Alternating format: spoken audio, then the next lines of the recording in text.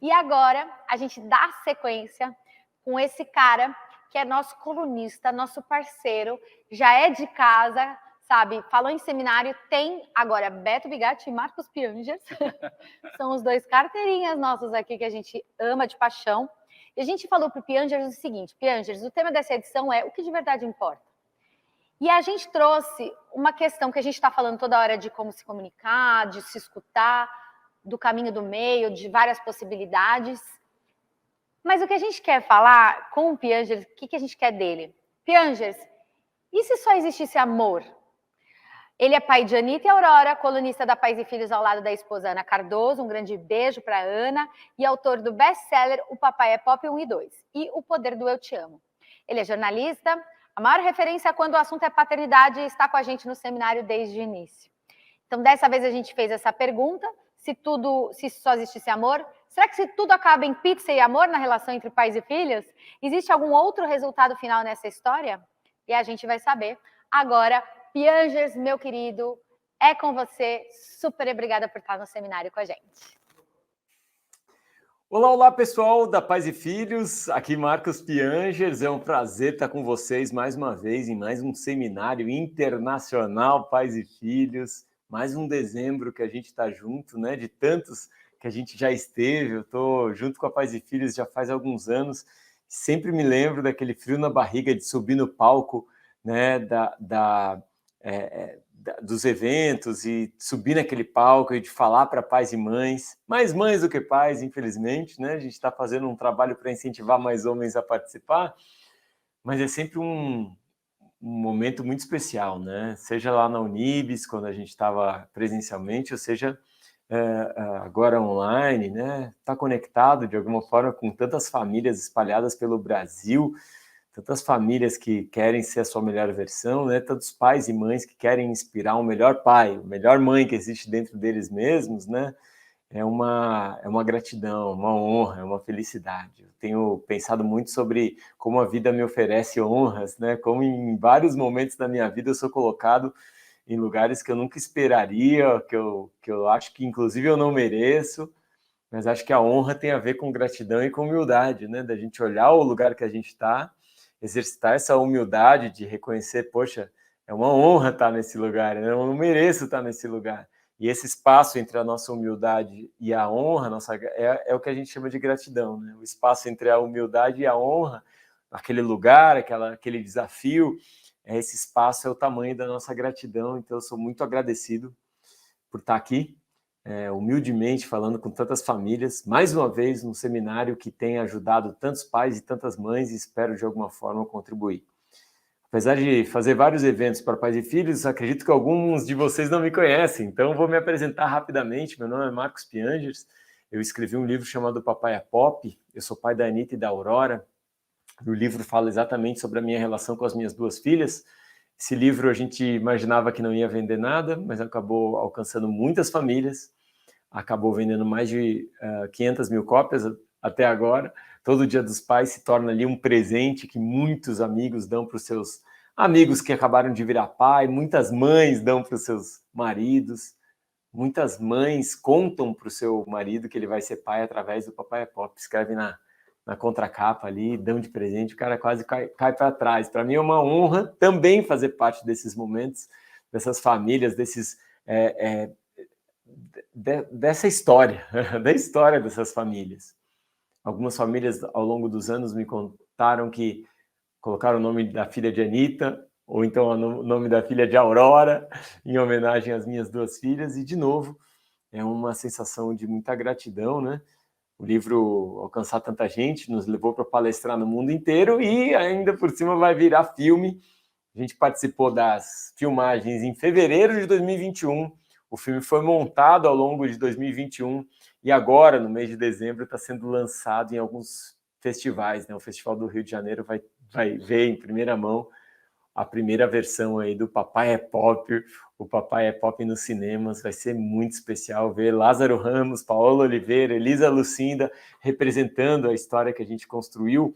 E mais do que representar a minha história, esses são atores que emprestaram as suas histórias para o filme.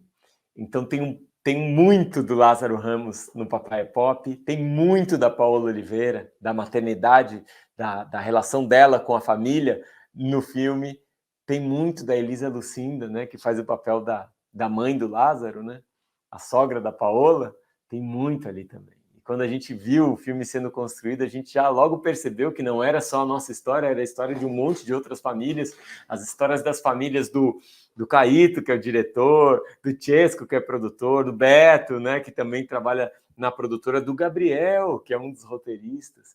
Então, é uma história de muitas famílias, né? E a gente usou, então, esse cerne da transformação masculina, da transformação de um homem que não está preparado para ser pai, mas que se esforça para se transformar e que, spoiler alert, né, no final ele consegue se transformar na sua melhor versão. A gente usou esse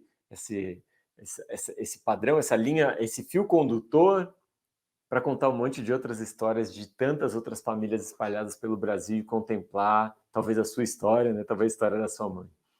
E aí, por que eu estou falando isso? Porque no final de toda a palestra, sempre vem alguém me procurar e me dizer duas coisas. As duas frases que eu mais ouço, né? Então, uma das frases que eu mais ouço é, olha, assim como a sua história, a história de uma mãe solo que te criou, a minha mãe, Dona Heloísa, é uma mãe solo, muita gente vem me dizer no final da palestra, a minha mãe também é uma mãe solo. A minha mãe é uma mãe, é minha heroína, né? Minha inspiração, ela que me criou sozinha, meu pai me abandonou, não sei quem é meu pai, conheço meu pai, mas meu pai não quer me conhecer, sei quem é meu pai, mas ele não quer envolvimento, ele acha que eu estou só atrás de dinheiro, e quantas vezes esses são filhos que querem simplesmente um abraço, um reconhecimento, querem conhecer um pouquinho da sua ancestralidade, saber exatamente quem é o seu pai, né? E esse homem construído, então, para ser distante da família, construído, então, para ser competitivo, construído para ser apegado aos bens materiais, pensa, não vou nem me envolver com esse filho que eu abandonei, com essa filha que eu abandonei, porque ele vai querer esfarelar meu patrimônio, ele só está afim de dinheiro, né? Esse homem, mal sabe ele, o pai que abandona, mal sabe ele, que tudo que o filho quer, na verdade, é amor, né? É afeto, é se olhar e talvez se enxergar e se entender um pouquinho olhando o seu pai, né? Se entender um pouquinho da sua construção biológica, cultural, das suas influências, olhando o pai, né? Porque faz falta, a gente sente falta, e eu senti muita falta ao longo da minha vida. Mas a segunda coisa que mais me falam no final da palestra é: eu tive um pai incrível. Meu pai não me abandonou, e mais do que não me abandonar, né, meu pai foi um pai fora da média, fora da curva. Um pai que entendeu que trocar fralda é o básico. Lavar roupa, limpar o chão, arrumar a cozinha, dividir as questões da casa é o básico. Por quê? Porque o cara mora ali, o casamento é 100% de um e 100% do outro, né? E aí trocar fralda e levar papinha e levar no pediatra, ir na creche, conversar com as professoras, participar de todas as questões relacionadas à educação e à saúde é o básico de um pai, é um básico, né? Às vezes a gente olha para um pai e diz, poxa, esse é paizão, bate palma para ele. Isso é o básico do básico. Eu acho que até que a gente tem que bater palma e incentivar e celebrar, tanto os pais quanto as mães, é importante porque é difícil, né? Muitas mães dizem, mas não faz mais do que a obrigação, e muitos pais, às vezes humildemente também dizem, poxa, eu não faço mais do que a minha obrigação. Eu acho maravilhoso esse trabalho de humildade, mas a gente está numa situação muito deprimente, né? Muito complicada, em que 12 milhões de mães são solo, e um terço dos casamentos, um terço dos filhos, né, moram num lar com a mãe solo, né? Então a mãe que cuida de todas as questões. A gente vive uma sociedade doente que abandona demais, né? Abandona demais. E a gente precisa, sim, daí celebrar esse pai que é participativo, justamente para que ele se sinta incentivado a continuar, incentive seus amigos e tenha uma série de gatilhos, né, para participar. Mas, aos poucos, esse pai vai notando, trocar fralda é o básico, e levar na creche é o básico. E aí, durante os últimos anos, eu fui ouvindo essas pessoas no final da palestra me dizendo, poxa, meu pai é meu herói, meu pai é incrível, meu pai é maravilhoso. e fui me perguntando o que essas famílias que funcionam têm de diferencial. O que um pai que é admirado pelos filhos tem de diferencial, né? O que ele tem de diferencial? E a gente começou, eu e minha esposa, toda a minha equipe que trabalha hoje comigo, a gente começou a pesquisar, a entrevistar, a perguntar. A gente fez um documentário com pais de todo o Brasil, viajou o Brasil inteiro para tentar entender o que um pai que funciona, um casamento que funciona, uma família que funciona tem de especial. E a gente foi chegando em alguns pontos. E hoje eu vou trazer alguns pontos para vocês aqui, né? Alguns pontos que fazem uma família funcionar, que fazem esse filho ser bem-sucedido. E o que é um filho bem-sucedido?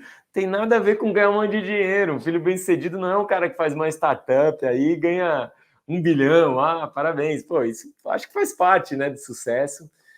Você ser bem-sucedido em termos profissionais, de realização, em termos de dinheiro.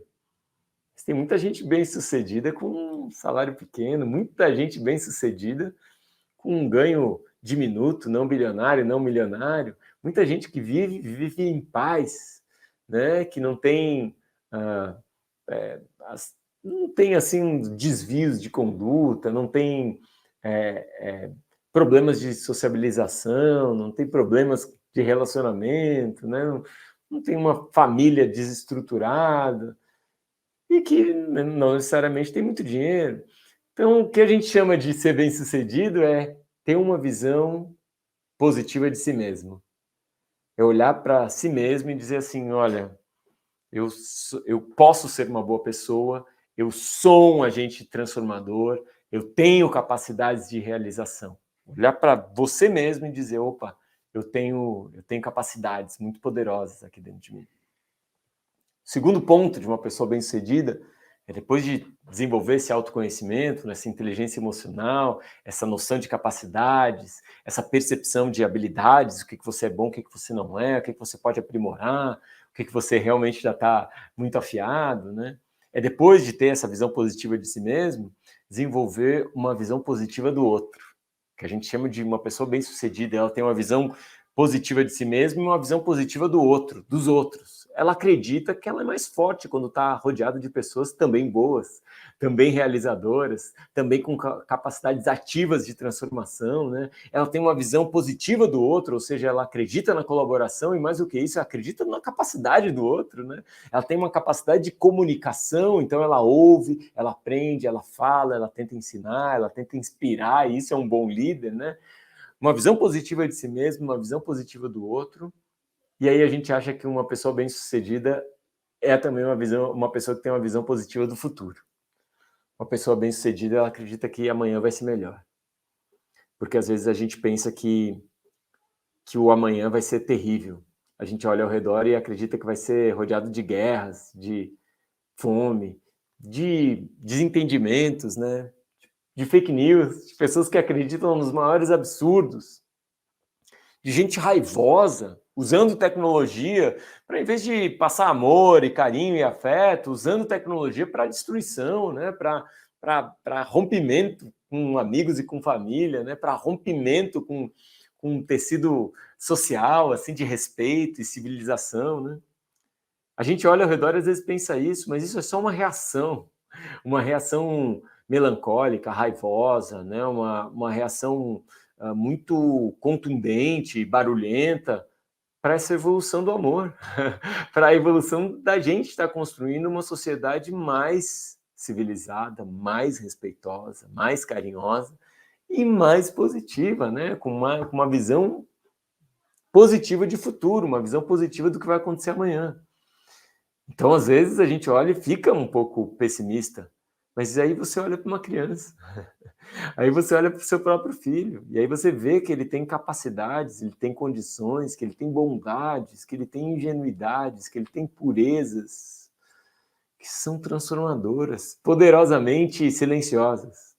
Às vezes as pessoas perguntam, o que é mais forte, o ódio ou o amor?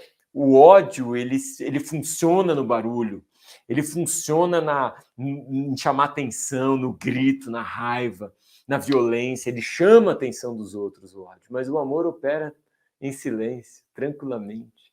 Para cada uma pessoa brigando, gritando, para cada uma pessoa destruindo a verdade, né? Destruindo uma paz, ou buscando romper com a tranquilidade dos outros, a gente tem centenas, milhares de pessoas que estão operando no contato com a família, no contato com os amigos, numa visão positiva de si mesmo, numa visão positiva do outro, uma visão positiva do futuro. E essa operação, ela acontece em silêncio, por isso que às vezes a gente é pessimista.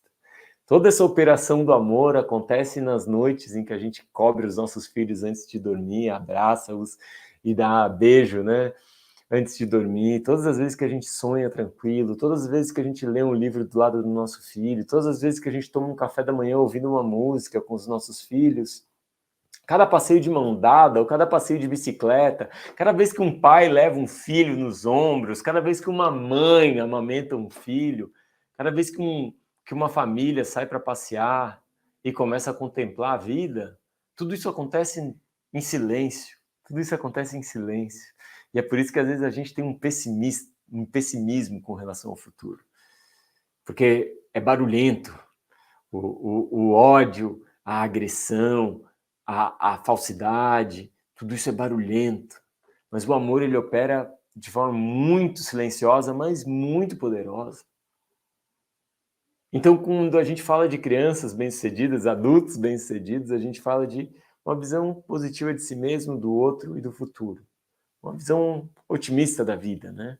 Uma visão propositiva da vida.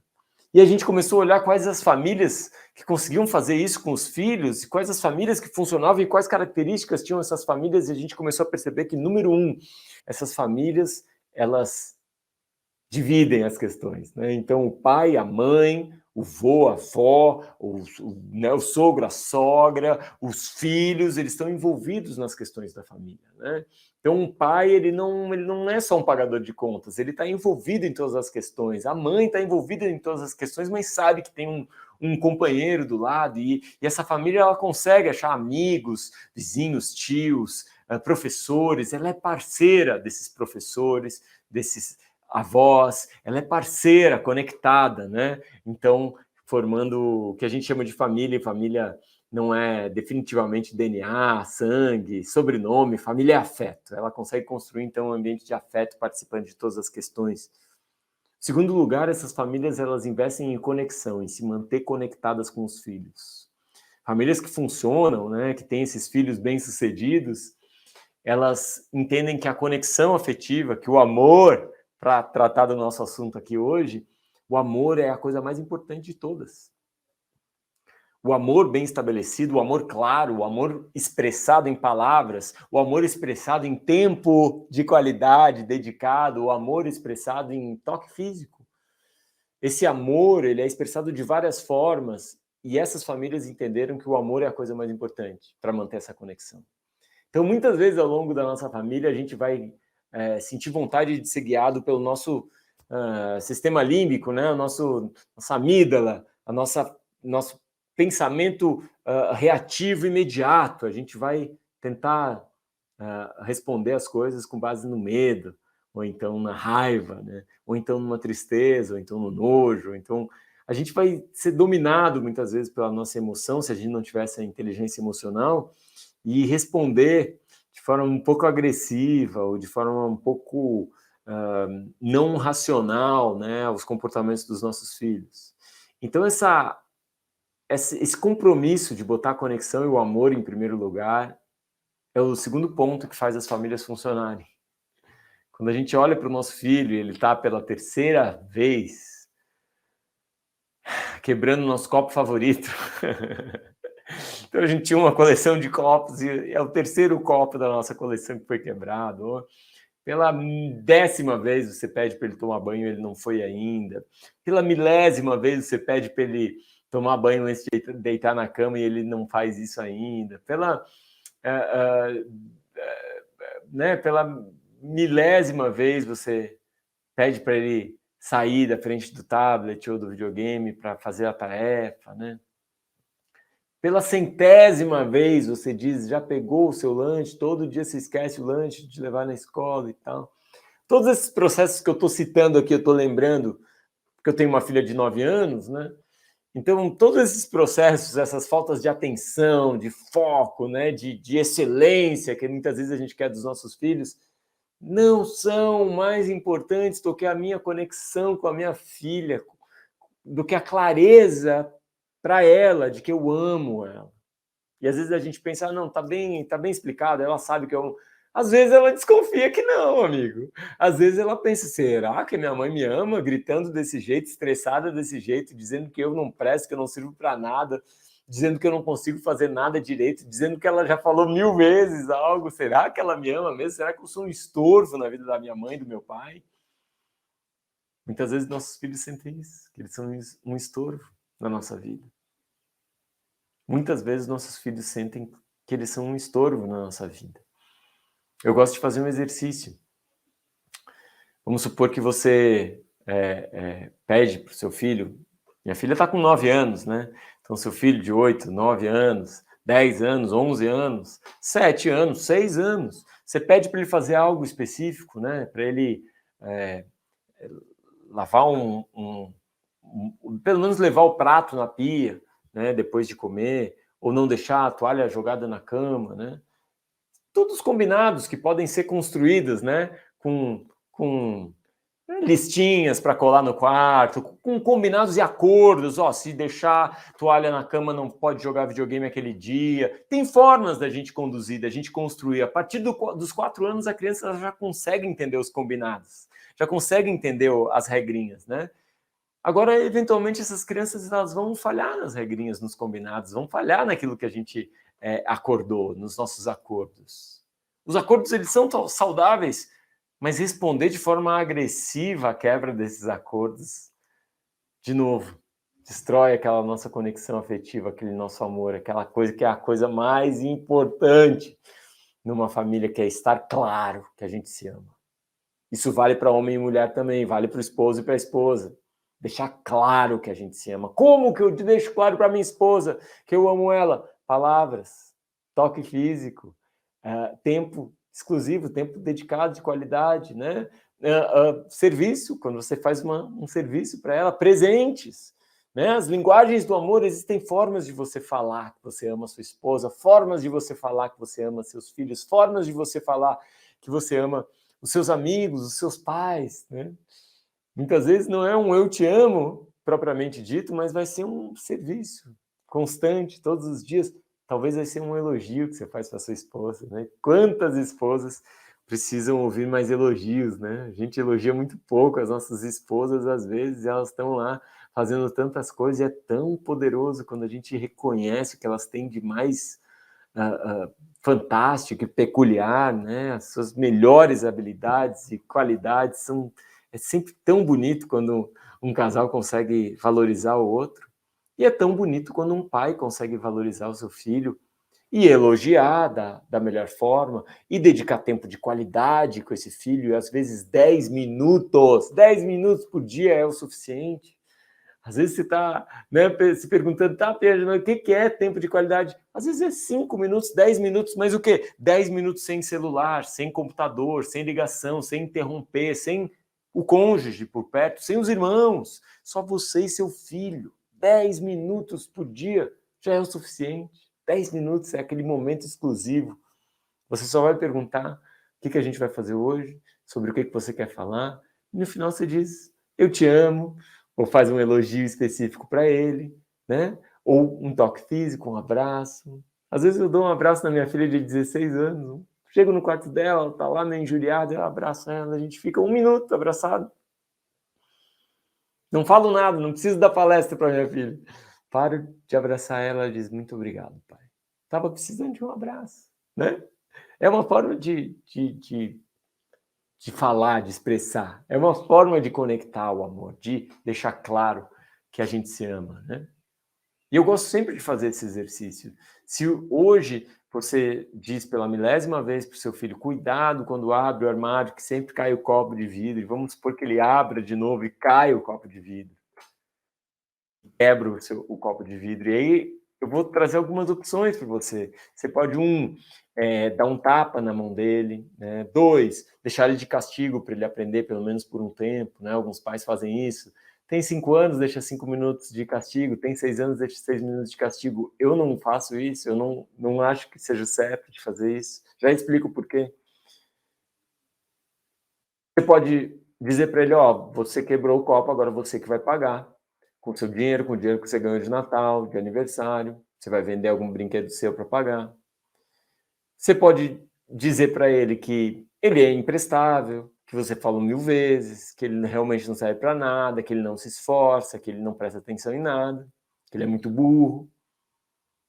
Todas essas opções que a gente pode utilizar com o nosso filho, e muitas vezes a gente utiliza. Mas eu posso dar outras opções, tipo, tudo bem, era só um copo velho. Ou, poxa, filho, você quebrou mais um copo, pega uma vassourinha lá e vamos limpar juntos aqui. E aí eu estou dando aqui 6 opções para você de atitude que você vai tomar quando seu filho fizer de novo aquilo que você sempre diz para ele não fazer. E agora eu adoraria que você pensasse comigo que você, poxa, tá com um amigo seu, que você não vê há muito tempo, ele está visitando a sua cidade, esse amigo chega no seu apartamento, você abraça ele e diz, cara, meu irmão, que saudade, gosto muito de você. E aí você convida ele para ir para sua cozinha e ele abre o armário e ele não presta atenção e deixa cair o copo e quebra o seu copo. E pode ser o seu copo favorito e o que for. O que você acha que é o certo de fazer com o seu amigo, seu grande amigo que está te visitando, um amigo adulto, já com o cérebro bem desenvolvido, né? Porque os adultos, depois dos 25 anos, a gente já tem o nosso cérebro na plenitude. Você acha que é certo bater na mão dele? Quem sabe você vai virar para o seu amigo e vai dizer, você tem 30 anos, então você vai ficar 30 minutos no quarto pensando nisso que você fez, né? Ou quem sabe você vai dizer para ele que ele é imprestável, que ele é burro, que ele não... Você já... várias vezes você falou para ele tomar cuidado, né? E ele não toma, e ele não presta atenção em nada, e o cara é imprestável mesmo, né? Ou você vai dizer para ele que ele vai ter que pagar aquele copo com o dinheiro dele, que era um copo que você gostava muito, ou você vai dizer, cara, relaxa, velho, só um copo. Ou você vai dizer, pega lá a vassoura, me ajuda a limpar. Por que eu trago esse exemplo? Porque a gente trata crianças, muitas vezes, crianças que não têm o cérebro bem desenvolvido, que não têm capacidade de autocontrole, que não têm autorregulação, crianças que não têm ainda a comunicação neurológica bem construída para racionalizar os processos e que sistematicamente são tomadas por aquela confusão mental emotiva, guiada pelo sistema límbico, que às vezes a gente cai também nesse erro, mas a criança está em formação, então dá para entender, poxa vida, o cérebro ainda não está bem estabelecido, ela está aprendendo todos esses processos e a gente exige tanto da criança, a gente exige tanto dela, a gente grita com ela, a gente bate nela, a gente dá castigo para ela.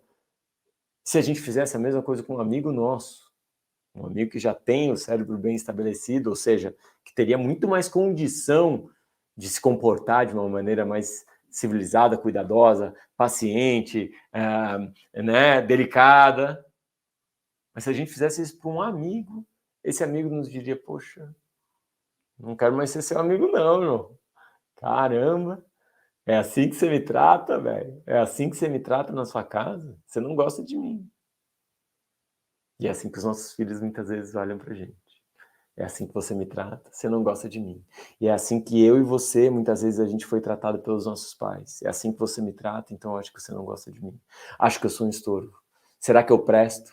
E é assim que a gente desenvolve as nossas crises de capacidades, é assim que a gente acha que a gente é um impostor o tempo todo, é assim que a gente acha que a gente não presta realmente para nada, é assim que a gente imagina que não é bom o suficiente para o emprego que a gente tem, e não é bom o suficiente para sair do emprego que a gente tem, para empreender, para fazer algo maior, algo gigante. É assim que a gente duvida da gente mesmo. Porque a gente não tem esse ninho de amor bem estabelecido, esse ninho de confiança que nos diz, vai, que você consegue. Vai desenvolver uma visão positiva de si mesmo, vai desenvolver uma visão positiva do outro, o outro é bom, o mundo é bom, o mundo é bom e cheio de pessoas boas, vai pro mundo, filho, vai voar. E o futuro vai ser melhor, filho. O futuro vai ser melhor, filho. Confia no que o pai está te dizendo. O futuro vai ser melhor. E você entende que é uma profecia que se autocumpre.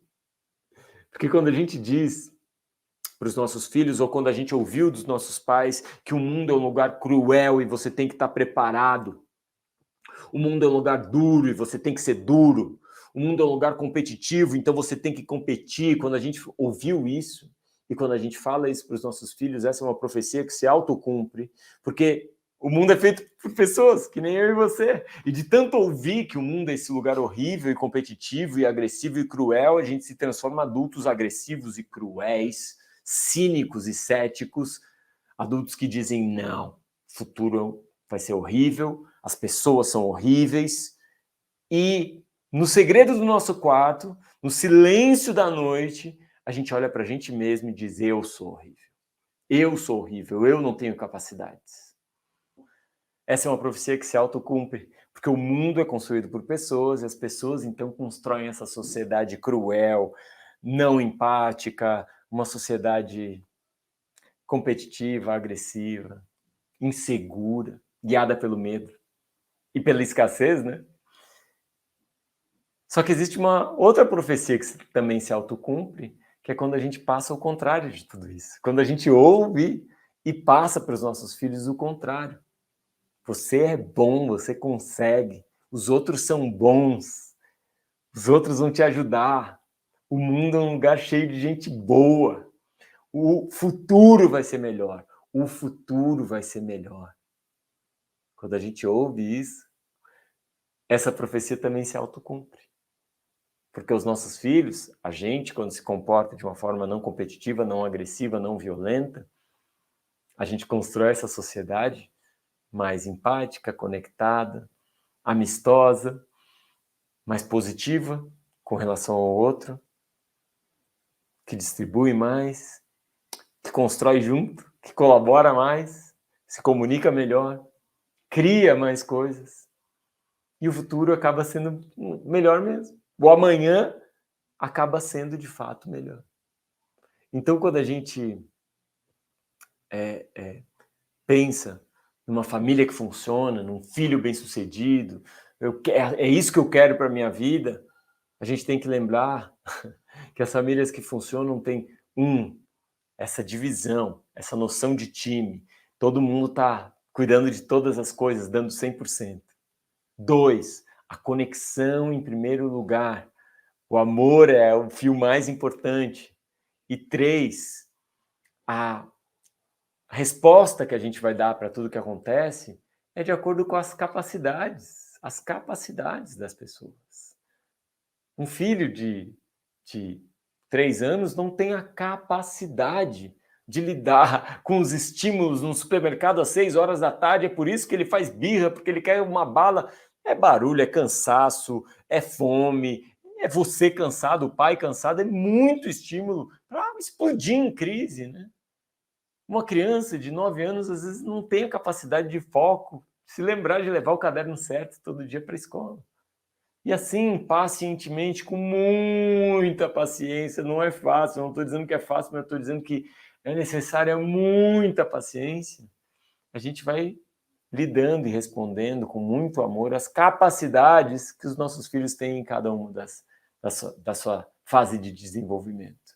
E aí eu ouço algumas pessoas dizendo, porque as crianças estão muito mal educadas. Concordo que a gente vive uma sociedade de consumo e por conta dessa sociedade de consumo que está sempre querendo mais dinheiro e consumir mais e gastar mais, a gente precisa trabalhar mais e está sempre buscando mais dinheiro. Isso faz com que a gente viva também numa sociedade sem tempo, que vive trabalhando 24 horas e aí, consequentemente, a gente tem crianças que são aí terceirizadas, né, para outros, para a professora, para a escola, para a tecnologia, para o iPad, para a galinha pintadinha. Alguém cuida dessa criança porque os pais não têm tempo. Eles estão nessa corrida de consumo e de, por conta do consumo, trabalhar o tempo todo para conseguir dinheiro. E aí eu concordo com você que a criança está sendo mal criada, a criança está sendo mal criada, mas não existe criança mal criada, porque a criança está num processo, existe adulto mal criado. E eu olho ao redor e eu vejo que os adultos que eu às vezes esbarro por aí, realmente foram fruto de um pai um pouco agressivo, autoritário, distante, um pai que abandonou, como foi o meu caso. Fruto de uma mãe muito superprotetora ou muito permissiva, que achava que os outros estavam errados e que seu filho era perfeito, né? De uma mãe e de um pai que às vezes foram omissos por estarem sempre correndo, ou que às vezes acharam que o seu filho era um troféu para mostrar para os outros, para dizer, olha só o que eu consegui fazer, olha só, o meu filho se formou em tal coisa, olha só, o meu filho é bem-sucedido porque ele tem dinheiro.